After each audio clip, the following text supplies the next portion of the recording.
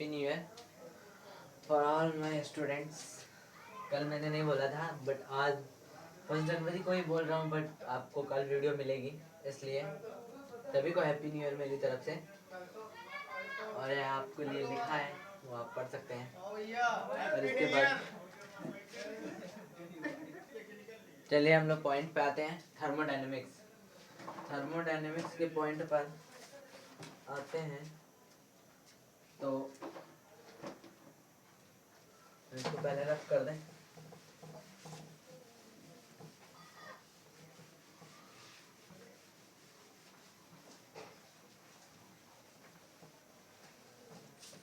रवि देखो उधर कपड़ा है क्या, देखो रवि देखो और यहाँ रख दो। तो हम कपड़ा उधर देखो है कुछ।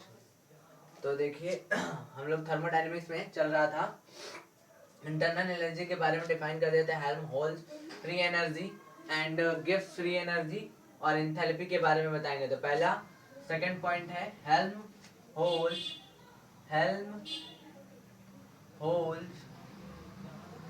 फ्री एनर्जी, इसके बारे में हम बताने जा रहे हैं। हेल्महोल्ट्ज फ्री एनर्जी जिसको F से रिप्रेजेंट करते हैं, इससे F से रिप्रेजेंट करते हैं। एक थर्मोडायनेमिकल सिस्टम लिया,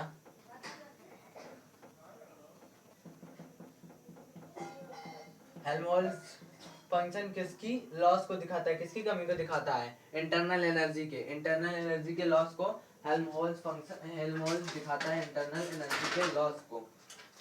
आगे हम बढ़ते हैं तो यहाँ पर क्या है, F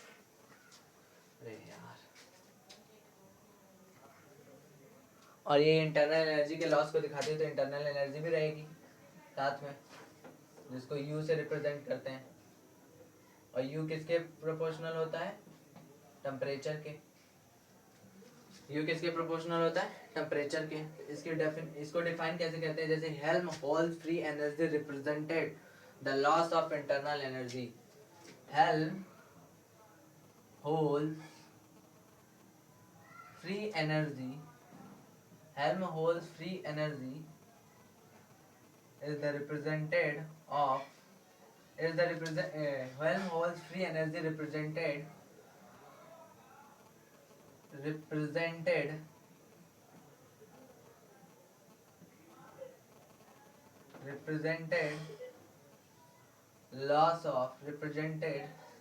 a loss of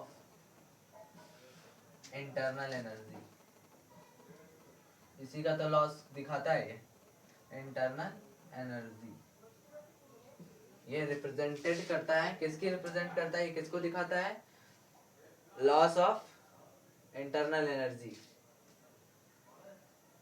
loss of internal energy and after a certain temperature, एक सर्टेन टेम्परेचर के बाद, आफ्टर अ सर्टेन टेम्परेचर क्यों, क्योंकि जो इंटरनल एनर्जी का लॉस डिपेंड किस पर करता है, इंटरनल एनर्जी किस पर डिपेंड करती है, टेम्परेचर पर। इसलिए सर्टेन टेम्परेचर पे क्या होता है, हेल्महोल्ट्ज फ्री एनर्जी रिप्रेजेंट करता है इंटरनल एनर्जी के लॉस को, अब हेल्महोल्ट्ज फ्री एनर्जी का formula U minus T into S, ये हो गया फर्स्ट इक्वेशन। T क्या है, टेम्परेचर है, S क्या है, एंट्रोपी है, U क्या है, इंटरनल एनर्जी, F क्या है, हेल्महोल्ट्ज फंक्शन या हेल्महोल्ट्ज फ्री एनर्जी। अब हम क्या करेंगे, इनका डिफरेंशिएशन करेंगे बिना किसी के रिस्पेक्ट में, दोनों तरफ डिफरेंशिएशन करेंगे बिना किसी के रिस्पेक्ट में। तो ये था फर्स्ट पॉइंट, ये हो गया सेकेंड, ये थर्ड पॉइंट में क्या है कि dF equals to du minus D लगाए T into S, T into S. यहाँ पर टेम्परेचर क्या होगा, एक सर्टेन निश्चित होगा, टेम्परेचर जो होगा निश्चित होगा, लेकिन कांस्टेंट तो नहीं होगा ना। तो dt into D S, dt into हाँ dt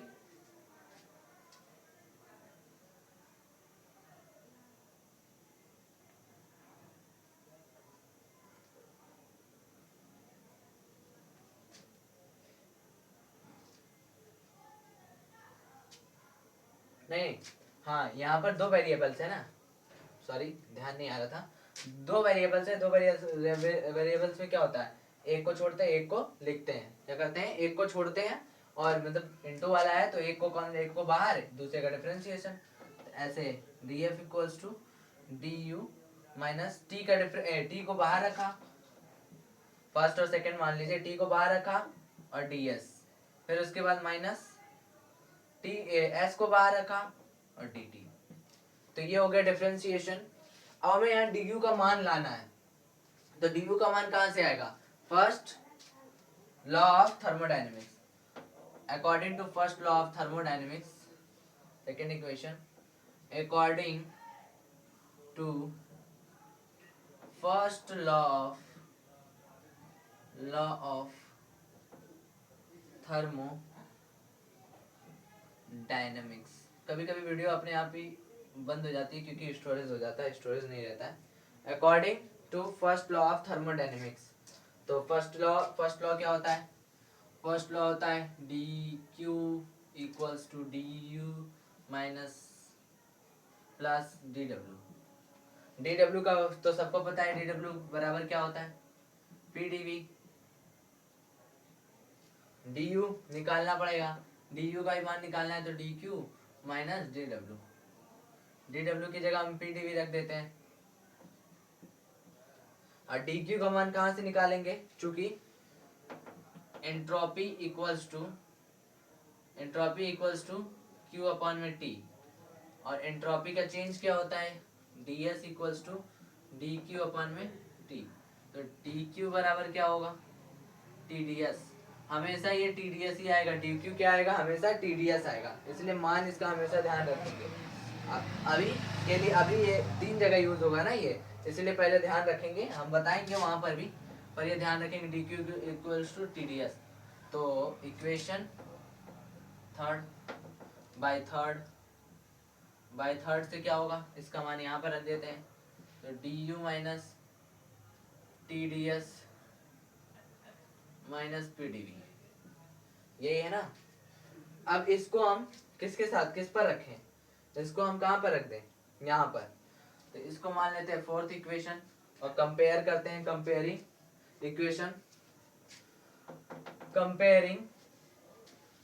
equation first and second, comparing equation first and second, first कह रहे सेकेंड और fourth, comparing equation second and fourth को कंपेयर किया, कंपेयर करने पर हमें क्या मिला, डी यू का मान, हमारा कंपेयर करिए या फिर जो भी करना है, फोर्थ का मान उठाकर हमें सेकंड में रख दीजिए, कंपेयर भी करेंगे तब भी वही होगा, अगर ये रखेंगे तब भी, तो D F equals to D U का मान क्या रखा, T D S minus P D V minus T D S minus S D T, ये है ना, टी डी एस से T D S cancel, minus P D V minus S D T, तो D F बराबर P D V minus का और S D T, ये हमारा आ गया। डी एफ किसके चेंजमेंट पर निर्भर कर रहा है, डी वी के और डी टी के, यानी कि वॉल्यूम और टेम्परेचर के चेंजमेंट पर निर्भर कर रहा है हमारा हेल्महोल्ट्ज फ्री एनर्जी। तो हेल्महोल्ट्ज फ्री एनर्जी किसका फंक्शन हुआ, मतलब कि F is the function of F is the function F is the function of किसका, F is the function of V and T, F is the function of V and T, यानी कि लिख सकते हैं ऐसे, F is the function of V, T, या फिर और करके F is the function of V and T, ऐसे दोनों तरीके से आ सकता है ना, इसलिए हमने ऐसे लिख दिया। तो वहां क्या था, इंटरनल एनर्जी S और V का फंक्शन था, ये किसका फंक्शन है, V और T का। तो दो चीजें याद रखनी है, हेल्महोल्ट्ज और इंटरनल एनर्जी, ये दोनों याद हो जाएंगे तो इन दोनों से बन जाएगा। देखिए जैसे कि एस वी अगर पहला याद है एस वी, तो ध्यान होगा एस वी है तो वी टी, फिर इसके आगे टी से नहीं बनेगा, दो चीजें याद रखनी है, एक पहला याद हो जाए और एक तीसरा याद हो जाए, तो दोनों आपस में बन जाएंगे एस वी वी टी। अब एक आएगा पी, P वाला रहेगा और एक T वाला रहेगा, तो ऐसे SV PT। अभी SV नहीं आएगा वहां पर, SV और क्या आएगा, VT यहाँ पर है, वहां पर SP आ सकता है या PS आ सकता है, जो भी अभी बताते हैं, ला कर दिखाते हैं, हमें याद थोड़ी ना। तो अब यहाँ तक तो हो गया, ये चीज हमने दिखा दी। ये क्या है, हेल्महोल्ट्ज फ्री एनर्जी। ये क्या है, हेल्महोल्ट्ज फ्री, और ये डिपेंड्स किस पर करता है, डिपेंड्स करता है पीडी मतलब डीवी के चेंज पर और डीटी, यानी कि वी के चेंज पर और टी के चेंज पर, तभी तो आया है। अब इसके आगे हम बताने जा रहे हैं और एंथैल्पी क्या है, थर्ड वाला एंथैल्पी, एंथैल्पी, एंथैल्पी। अब एंथैल्पी में क्या है, एंथैल्पी को क्या किससे रिप्रेजेंट करते हैं, एस से। एंथैल्पी हमारा क्या दिखाता है, तो एंथैल्पी को अगर हम कहें तो enthalpy is represented, enthalpy of thermodynamical system represented the maximum possible heat। हमने कहा था ना H क्या होता है, maximum possible heat। तो enthalpy of the enthalpy of thermodynamical system, thermodynamical system is represented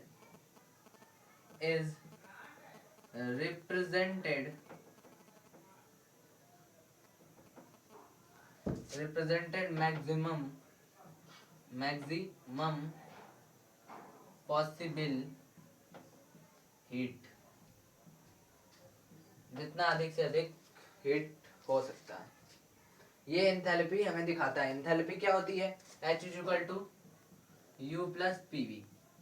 इसी वजह से तो ये U प्लस यानी इंटरनल एनर्जी अधिक से अधिक, इंटरनल एनर्जी साथ में ले रहा, साथ में PV दो ज्यादा से ज्यादा आएगा। P क्या होता है प्रेशर, V क्या होता है वॉल्यूम, U क्या होता है एनर्जी, H क्या होता है एंथैल्पी। अब इसका भी वैसे ही करेंगे जैसे अभी हमने डिफरेंशिएशन किया। जैसे ये फर्स्ट पॉइंट हो गया, ये सेकंड पॉइंट हो गया, ये थर्ड पॉइंट हो गया, बोथ साइड डिफरेंशिएशन कर दिया DH and DU plus DPV, क्योंकि वो हमें निकालना है। फर्स्ट इसको माना, सेकंड इसको माना, फर्स्ट बाहर रखा तो PDV आ गया, सेकंड बाहर रखा तो VDP आ गया। एक इक्वेशन ये फर्स्ट बन गया, ये इक्वेशन सेकंड बन गया। अब हम बात करते हैं फोर्थ में क्या बात करेंगे कि हमें क्या चाहिए, DU का, DU चाहिए। DU कहाँ से आएगा, फर्स्ट लॉ ऑफ थर्मोडायनेमिक्स, जितना वहां पर आया था उतना ही यहाँ पर आएगा, क्योंकि वही चीज तो रखेंगे। DQ is equal to DU plus PDV, DW का मान PDV, तो DQ is equal to DU plus PW आएगा, हाँ PDV आएगा। अब वहां से DU का मान निकालो तो DU is equal to DQ minus PDV, और DQ का मान कैसे निकालेंगे, एंट्रोपी से, एंट्रोपी का change equal to DQ upon DT, DQ is equal to TDS।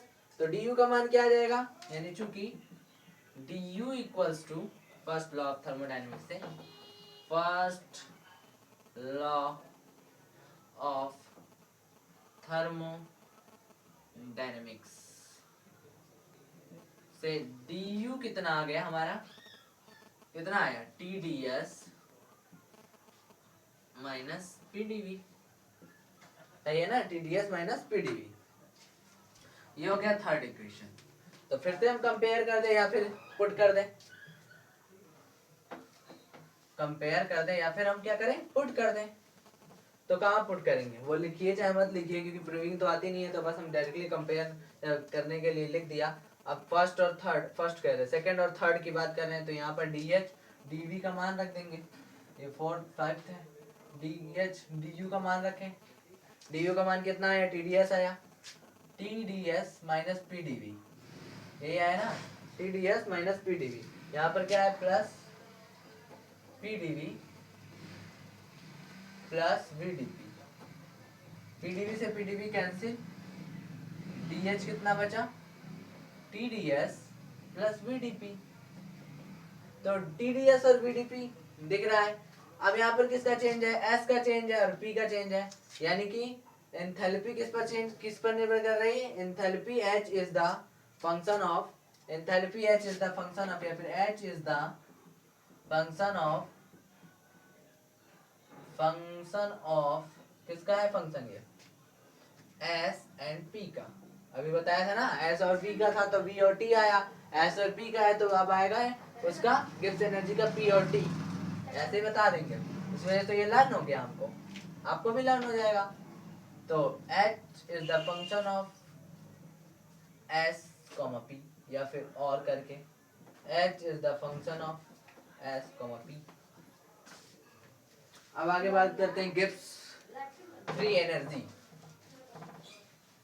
Gibbs free energy की। किसकी बात करेंगे? Gibbs free energy, Gibbs free energy, जिसको हम दिखाते हैं जी से। किससे? जिसको हम दिखाते हैं जी से, या गिब्स फंक्शन भी बोल सकते हैं। जी से दिखाते हैं, गिब्स फंक्शन भी बोल सकते हैं। ये किसके मतलब ये किस पर निर्भर करती है? ये किसका लॉस दिखाती है? ये एंथैल्पी का लॉस दिखाती है। किसका लॉस दिखाती है? एंथैल्पी का। और हेल्महोल्ट्ज फंक्शन किसका लॉस दिखा रहा था? इंटरनल एनर्जी का। और ये किसका लॉस दिखा रहा है? एंथैल्पी का। तो सब चारों दो दो करके कुछ ना कुछ से कनेक्टेड है। तो Gibbs function is the represented, या Gibbs function G represent the loss of enthalpy of the after a certain temperature। certain temperature पे ही निर्भर करते हैं, maximum possible heat है तो क्या बोलेंगे?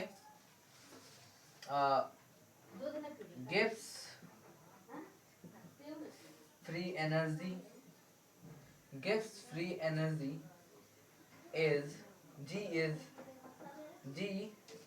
is represented the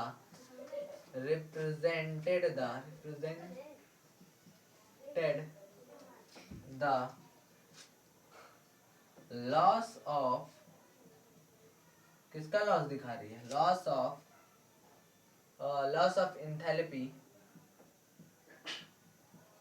H after certain temperature, certain temperature पर दिखा रही है।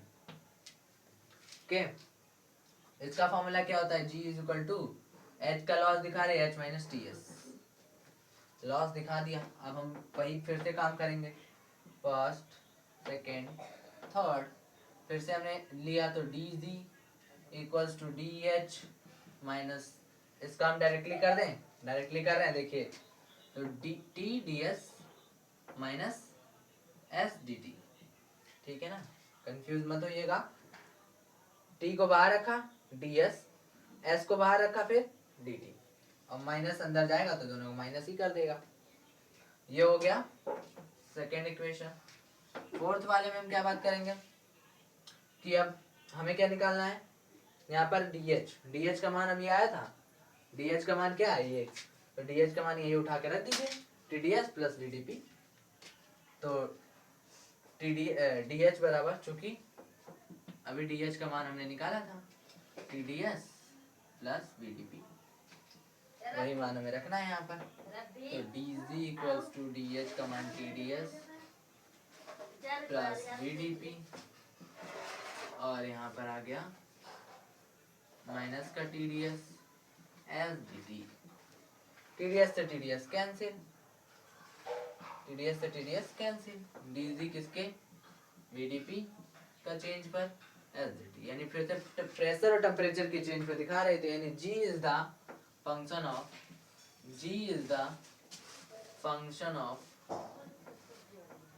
किसका? P and T. इसको ऐसे लिख सकते हैं, G is the function of P and T, या G is the function of P and T. तो अब एक थोड़ा सा मेन पॉइंट लिखा दे, वो पॉइंट क्या है बस इतना ही लिखाएंगे। जैसे इंटरनल एनर्जी किसका फंक्शन आ रहा था? U किसका फंक्शन है? S एंड V का। साथ में इसके साथ एक और आएगा, जैसे कि देखिए क्या आएगा, H किसका फंक्शन है? H फंक्शन है V एंड T का। ऐसे ही H नहीं, F फंक्शन है V एंड T का। ऐसे ही H किसका फंक्शन है? H फंक्शन है S एंड P का। वैसे किसका? और ये अभी निकाला गिब्स एनर्जी, ये किसका फंक्शन है? P एंड T का।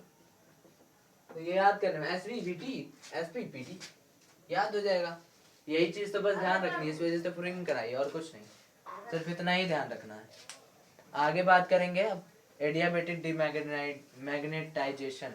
डिमैग्नेटाइजेशन जो हम पढ़ के आए डिमैग्नेटाइजेशन 12th में, बस उससे थोड़ा सा अलग है। एडियाबेटिक है, अचानक से होगा, बस इतना ही अंतर है और कुछ नहीं। तो चलते हैं।